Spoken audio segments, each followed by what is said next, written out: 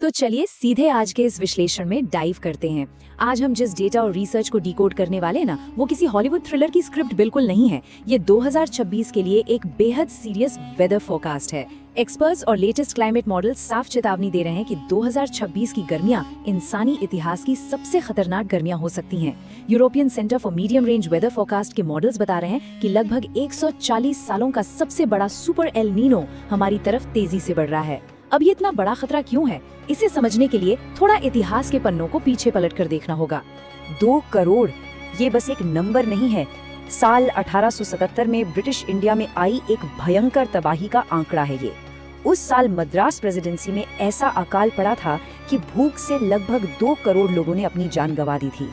हर सड़क, हर गांव में तबाही का ऐसा मंजर था जिसने पूरे देश को अंदर तक खोखला कर दिया था। और सबसे हैरत की बात तो ये है कि ये किसी युद्ध या बीमारी से नहीं हुआ था, बल्कि एक नेचुरल वेदर इवेंट का नतीजा था। और इसका असर सिर्फ भारत तक सीमित थोड़ी था। अमेरिका के मिनेसोटा में 1877 को the air without a winter कहा गया, मानो वहाँ से सर्दियाँ बिल्कुल गायब ही हो गई हों। उसी साल चीन में भयंकर अकाल से 2 से 3 करोड़ लोग मारे गए। ब्राजील में 20 लाख जाने गईं। इजिप्ट, मोरक्को और सदर्न अफ्रीका तक में इसकी शॉक वेव्स महसूस की गईं। तो आखिर 1877 में ऐसा क्या हुआ था जिसने पूरी दुनिया को एक साथ हिलाकर रख दिया? Decoding El Nino. 2026 के इस खतरे को समझने के लिए पहले इस साइंस को समझना पड़ेगा कि समुद्र के अंदर आखिर ये मैकेनिक्स काम कैसे करते हैं। 17वीं सदी में पेरू के मछुआरों ने प्रशांत महासागर यानी पैसिफिक ओशन के एक छोटे से हिस्से में कुछ अजीब बदलाव नोटिस किए और उसे प्यार से नाम दिया एल नीनो। स्पेनिश में इसका मतलब होता है एक छोटा सा बच्चा। लेकिन जब ये छोटा सा बच्चा अपने एक्सट्रीम रूप में आता है ना, तो ये ग्लोबल वेदर पैटर्न्स को पूरी तरह से उथल पुथल कर रख देता है। तो ये चेन रिएक्शन आखिर काम कैसे करता है? बड़ा ही लॉजिकल फ्लो है। नॉर्मली क्या होता है, प्रशांत महासागर के ऊपर हवाएं, जिन्हें ट्रेड विंड्स कहते हैं, वो अमेरिका से एशिया और ऑस्ट्रेलिया की तरफ बहती हैं, जो गर्म पानी को उस तरफ धकेलती हैं। लेकिन एल नीनो के दौरान पहली चीज, ये ट्रेड विंड्स कमजोर पड़ जाती हैं। दूसरा स्टेप, जो ट्रिलियंस ऑफ लीटर्स गर्म पानी ऑस्ट्रेलिया की तरफ जाना चाहिए था, वो वापस ईस्ट यानी साउथ अमेरिका की तरफ शिफ्ट होने लगता है। तीसरा, समुद्र के नीचे से जो ठंडा और न्यूट्रिएंट्स से भरा पानी ऊपर आता था, वो आना बंद हो जाता है। और इसका फाइनल नतीजा, जहाँ बारिश होनी चाहिए वहाँ सूखा पड़ता है और जहाँ नहीं होनी चाहिए वहाँ बाढ़ आ जाती है। ऑस्ट्रेलिया और भारत जैसे देशों में भयंकर सूखा और हीट वेव्स आती हैं। The climate change multiplier. अब एक बड़ा सवाल दिमाग में आता है कि अगर ये एक नेचुरल साइकिल है जो हजारों सालों से हो रही है, तो फिर 2026 का एल नीनो इतना खतरनाक क्यों बताया जा रहा है? इसका एक लाइन में जवाब यही है, क्लाइमेट चेंज मल्टीप्लायर। इस तबाही का मैथमेटिक्स समझना बहुत जरूरी है। पहले के समय में जब एल नीनो आता था तो तापमान 1.4 या 1.5 डिग्री बढ़ता था। लेकिन आज क्लाइमेट चेंज की वजह से धरती का बेसलाइन टेम्परेचर पहले ही प्री इंडस्ट्रियल लेवल से 1.4 डिग्री सेल्सियस ऊपर जा चुका है। अब 2026 का सुपर एल नीनो आकर इसमें 1.5 डिग्री का स्पाइक और ऐड कर देगा। नेट रिजल्ट क्या निकला? 2.9 डिग्री सेल्सियस की जंप। ये बिल्कुल वैसा ही है जैसे पहले से 40 डिग्री पर तपते हुए कमरे में कोई फुल पावर पर हीटर ऑन कर दे।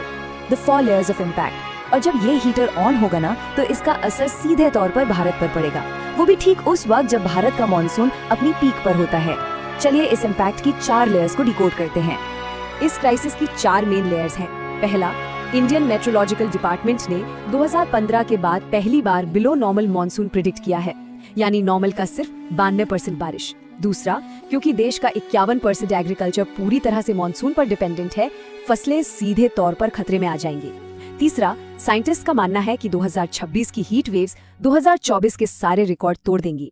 और चौथा, जिसका सीधा असर आम इंसान की जेब पर पड़ेगा, वो है इन्फ्लेशन। कम पैदावार का सीधा मतलब है खाने पीने की चीजों के दाम आसमान छूना। सुपर एल नीनो के सालों में फूड इन्फ्लेशन 9% तक बढ़ सकता है। The urban heat crisis. देखिए, ये सब सिर्फ आंकड़े नहीं है, रोजमर्रा की जिंदगी पर इसका क्या असर पड़ेगा, इसे समझने के लिए अर्बन हीट क्राइसिस को देखना होगा। और इसके लिए 2024 की गर्मियां बिल्कुल एक ट्रेलर की तरह थीं, जब राजस्थान के कुछ इलाकों में टेम्परेचर 50 डिग्री सेल्सियस के पार चला गया था। असल में दिन की गर्मी से भी ज्यादा जानलेवा होती है रात की गर्मी। दिल्ली में 2024 का डेटा ही देख लीजिए। दिन का तापमान 1.8 डिग्री बढ़ा, लेकिन रात का तापमान सीधे 4.4 डिग्री बढ़ गया। कई रातें तो ऐसी थी जब पारा 30 डिग्री से नीचे गया ही नहीं। इसे अर्बन हीट आइलैंड इफेक्ट कहते हैं।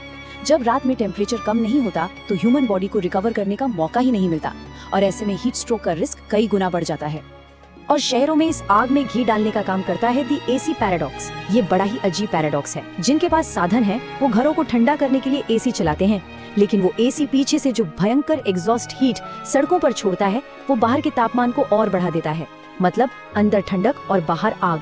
और इसका सबसे बड़ा खामियाजा उनको भुगतना पड़ता है जो एसी अफोर्ड ही नहीं कर सकते। जरा इस नंबर पर गौर कीजिए, 38 करोड़। भारत में लगभग 38 करोड़ ऐसे इनफॉर्मल वर्कर्स हैं, जैसे delivery drivers, street vendors, rickshaw चालक और कंस्ट्रक्शन वर्कर्स, जो सीधे इस हीट एक्सपोजर का शिकार होते हैं। एक स्टडी बताती है कि इस भयंकर गर्मी में इन वर्कर्स की कमाई 14% से लेकर 40% तक गिर जाती है, क्योंकि थकावट और एग्जॉशन के कारण वो काम नहीं कर पाते और उनके बचे हुए पैसे ORS, ठंडे पानी और दवाइयों में खर्च हो जाते हैं। लेकिन इस पूरे क्राइसिस का एक और बड़ा पहलू है मौत के आंकड़ों में भयंकर अंतर। 2000 से 2020 के बीच जहां NCRB लगभग 20,000 हीट वेव डेथ्स रिपोर्ट करता है और IMD सिर्फ 10,000, वहीं इंडिपेंडेंट एनालिसिस के मुताबिक भारत में हर साल लगभग 1.5 लाख लोग हीट वेव से मरते हैं। अब इतना बड़ा गैप क्यों? सोर्सेज की एनालिसिस बताती है कि हीट वेव को ऑफिशियली नोटिफाइड डिजास्टर की लिस्ट में रखा ही नहीं गया है, क्योंकि अगर ऐसा किया जाता तो नेशनल डिजास्टर रिस्पांस फंड के तहत हर कंफर्म डेथ के लिए 4 लाख रुपए का मुआवजा देना पड़ता। इसीलिए डॉक्टर्स डेथ सर्टिफिकेट पर कारण कार्डियक अरेस्ट या डिहाइड्रेशन लिखते हैं। गर्मी को एक ट्रिगर के तौर पर ऑफिशियली एक्नॉलेज ही नहीं किया जाता। Surviving the super El Nino. तो सिचुएशन तो सच में काफी गंभीर है, लेकिन अब थोड़ा सॉल्यूशंस की तरफ बढ़ते हैं। अकेले एल नीनो को तो कोई रोक नहीं सकता, लेकिन इस सुपर एल नीनो को सर्वाइव करने के लिए कुछ प्रैक्टिकल कदम जरूर उठाए जा सकते हैं। एक बड़ा सिंपल सा सोल्यूशन है, बड़े और पुराने पेड़ों की कैनोपी जमीन के लेवल पर तापमान को 12 डिग्री तक गिरा सकती है। सोचने वाली बात है, अगर बाहर 47 डिग्रीज है तो पेड़ की छांव के नीचे वो 35 डिग्री महसूस होगा। ये एक मैसिव डिफरेंस है। लेकिन रियलिटी चेक इससे काफी अलग है। डेवलपमेंट के नाम पर हर 1 स्क्वायर किलोमीटर नए पेड़ लगाने के बदले में 18 स्क्वायर किलोमीटर पुराने जंगल काटे जा रहे हैं। और कड़वी सच्चाई ये है कि जो नई सैपलिंग्स लगाई जाती हैं, उनमें से 90% बिना सही देखभाल के मर जाती हैं। इसीलिए सिर्फ नए पेड़ लगाना काफी नहीं है, पुराने और विशाल पेड़ों को कटने से बचाना उससे भी ज्यादा क्रिटिकल है। तो इंडिविजुअल लेवल पर हम क्या कर सकते हैं? ये 4 स्टेप्स बहुत क्रूशियल हैं। पहला, आसपास के पुराने पेड़ों को बचाने की कोशिश की जाए। दूसरा, गर्मियों में बाहर निकलते समय 10-12 रुपए वाला ORS का पैकेट हमेशा साथ रखना चाहिए। ये हीट स्ट्रोक के खिलाफ पहली ढाल है। तीसरा, आसपास काम करने वाले आउटडोर वर्कर्स को ठंडा पानी या छांव ऑफर करना एक बहुत अच्छी आदत है। और चौथा, जहां तक हो सके इलेक्ट्रिसिटी ग्रिड पर डिपेंडेंस कम किया जाए। देश की 70% बिजली आज भी कोयले से बनती है, जो क्लाइमेट चेंज को और बढ़ा रही है। अगर संभव हो तो रूफटॉप सोलर पैनल्स इंस्टॉल किए जा सकते हैं, जो आप पहले से काफी अफोर्डेबल हो चुके हैं। इस पूरी चर्चा को कंक्लूड करते हुए एक बड़ा सवाल खड़ा होता है। 2026 में जो बच्चे पैदा हो रहे हैं, उनके लिए गर्मियों का मतलब 30 या 35 डिग्री नहीं, बल्कि 45 डिग्री सेल्सियस होगा। अगर यही भयंकर गर्मी न्यू नॉर्मल बन जाती है, तो क्या सोसाइटीज के लिए तैयार है? ये सिर्फ मौसम की बात नहीं रह गई है, ये आने वाले कल के सर्वाइवल की बात है। वक्त आ गया है कि इन चेतावनियों को पूरी तरह सीरियसली लिया जाए। आज के इस विश्लेषण में जुड़ने के लिए बहुत बहुत शुक्रिया।